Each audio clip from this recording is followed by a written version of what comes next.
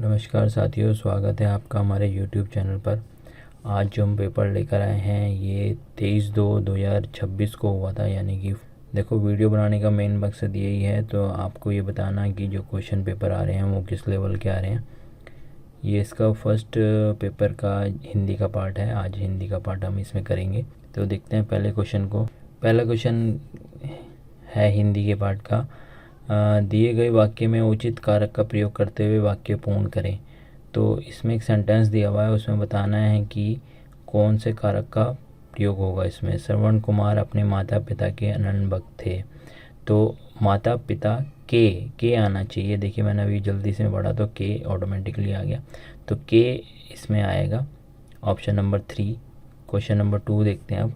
Question number 2 है वाक्य में रेखांकित, मतलब जिसमें हमने नीचे अंडरलाइन की है उसका पर्यायवाची आपको बताना है। तो मनुष्य की देह नासवान है, नासवान का हम पर्यायवाची बताना है। तो ऑप्शन नंबर 2 है इसका आंसर है सेकंड ऑप्शन। क्वेश्चन नंबर 3 देखते हैं। क्वेश्चन नंबर 3 देखते हैं। किरकिरी हो जाना मुहावरे का अर्थ बताना है। तो ऑप्शन नंबर फर्स्ट है इसका, विघ्न पड़ना, यानी कि जैसे हम कोई काम हमारे से ठीक नहीं होता तो उसमें हमारी किरकिरी हो जाती है, जैसे वाक्य यदि हम डालेंगे इसको तो इसका है विघ्न पड़ना। क्वेश्चन नंबर 4 देखते हैं। क्वेश्चन नंबर 4 है उपयुक्त क्रिया विशेषण का चयन करके वाक्य पूर्ण करना है। यहाँ आदमी ईमानदार है, यहाँ पे क्रिया विशेषण बताना है। तो प्रत्येक आएगा, ऑप्शन नंबर 3 इसमें आंसर आएगा। क्वेश्चन नंबर 5 देखिए। देश में बड़े बड़े उद्योग को स्थापित करने के लिए क्रिया वाक्यांश के लिए सार्थक शब्द इसमें क्या होगा वो आपको बताना है। तो ऑप्शन नंबर फर्स्ट है औद्योगिकरण। क्वेश्चन नंबर 6 देखिए।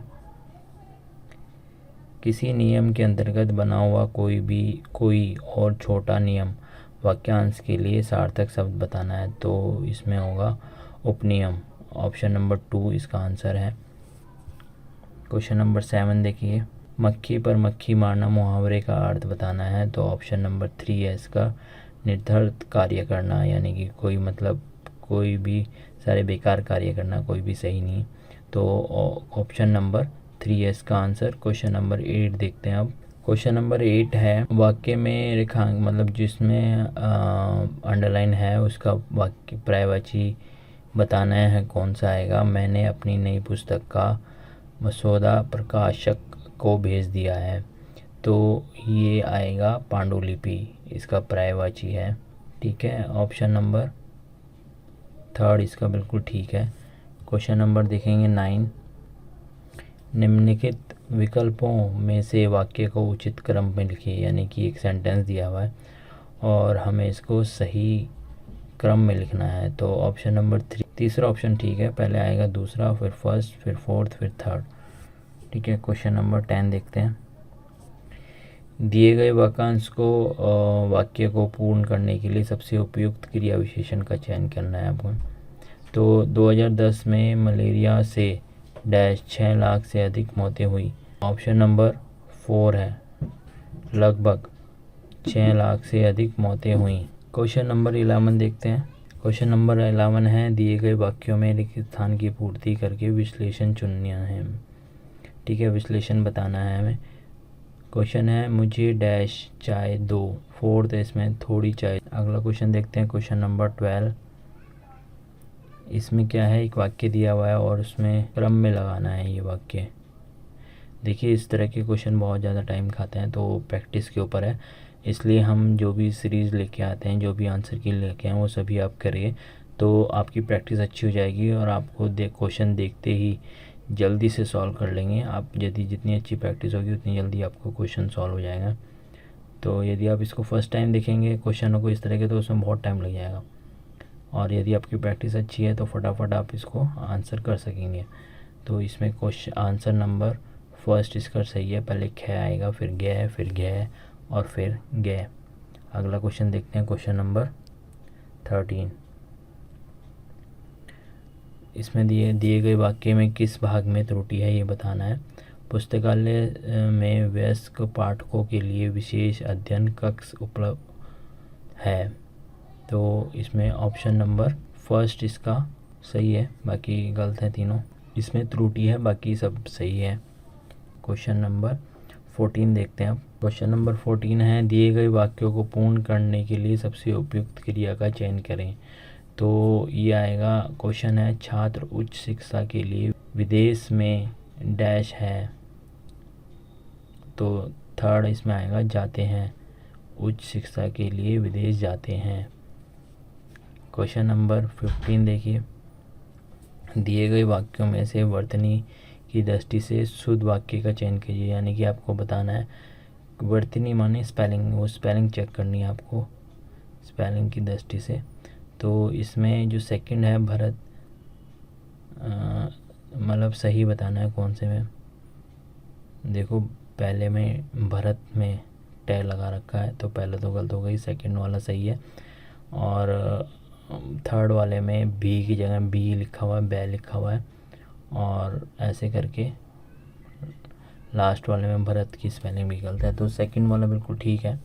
वर्तनी जहाँ लिखा जाए मतलब यानी कि आपको स्पेलिंग चेक करनी है कोई भी वर्ड की। तो क्वेश्चन नंबर 16 देखते हैं अब। क्वेश्चन नंबर 16 देखिए, इसमें क्या है कि एक पैराग्राफ दिया हुआ है और आपको उसमें से क्वेश्चन करने हैं।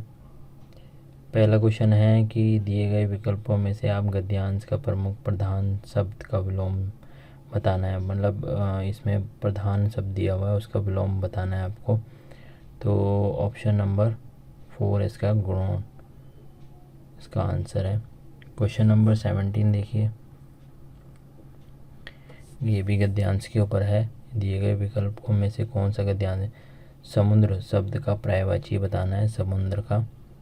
ऑप्शन नंबर 3 है इसका आंसर। क्वेश्चन नंबर 18 देखिए, क्वेश्चन नंबर 18 है, गद्यांश के अनुसार भारतीयों ने विदेशी व्यापार तत्परता से क्यों नहीं अपनाया। तो ऑप्शन नंबर 4 है इसका, क्योंकि देश के अंत भाग में समुद्र से काफ़ी दूरी पर है, इसलिए भारतीयों ने विदेशी व्यापार को नहीं अपनाया।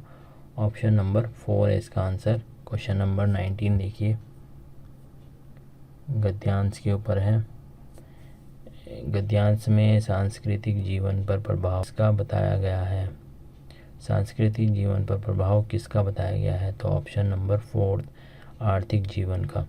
ऑप्शन नंबर 4 है इसका आंसर। क्वेश्चन नंबर 20 देखिए सारे क्वेश्चन पैराग्राफ पढ़ के ही हो सकते हैं। पैराग्राफ केस स्टडी वाले क्वेश्चन में क्या होता है कि आप पहले पैराग्राफ को अच्छे से पढ़ लीजिए, फिर आपको आंसर इजी हो जाएंगे किस गद्यांश के किस भाग से हैं। क्वेश्चन नंबर 20 देखते हैं।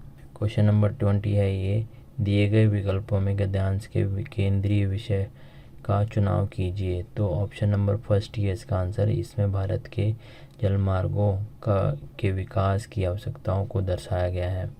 यानी कि जो गद्यांश है वो उसमें पूरे गद्यांश का जो निचोड़ है वो ये है कि भारत में जलमार्गों के विकास की आवश्यकताओं को दर्शाया गया है। ऑप्शन नंबर 1 है। तो दोस्तों ये था जो पेपर जो फरवरी में हुआ था, लेटेस्ट पेपर है जो फरवरी को हुआ था, जो कि 23 फरवरी को हुआ है 2026 को।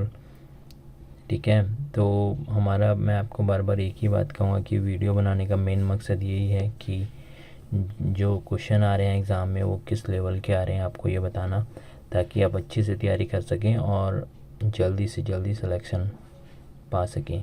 Thank you.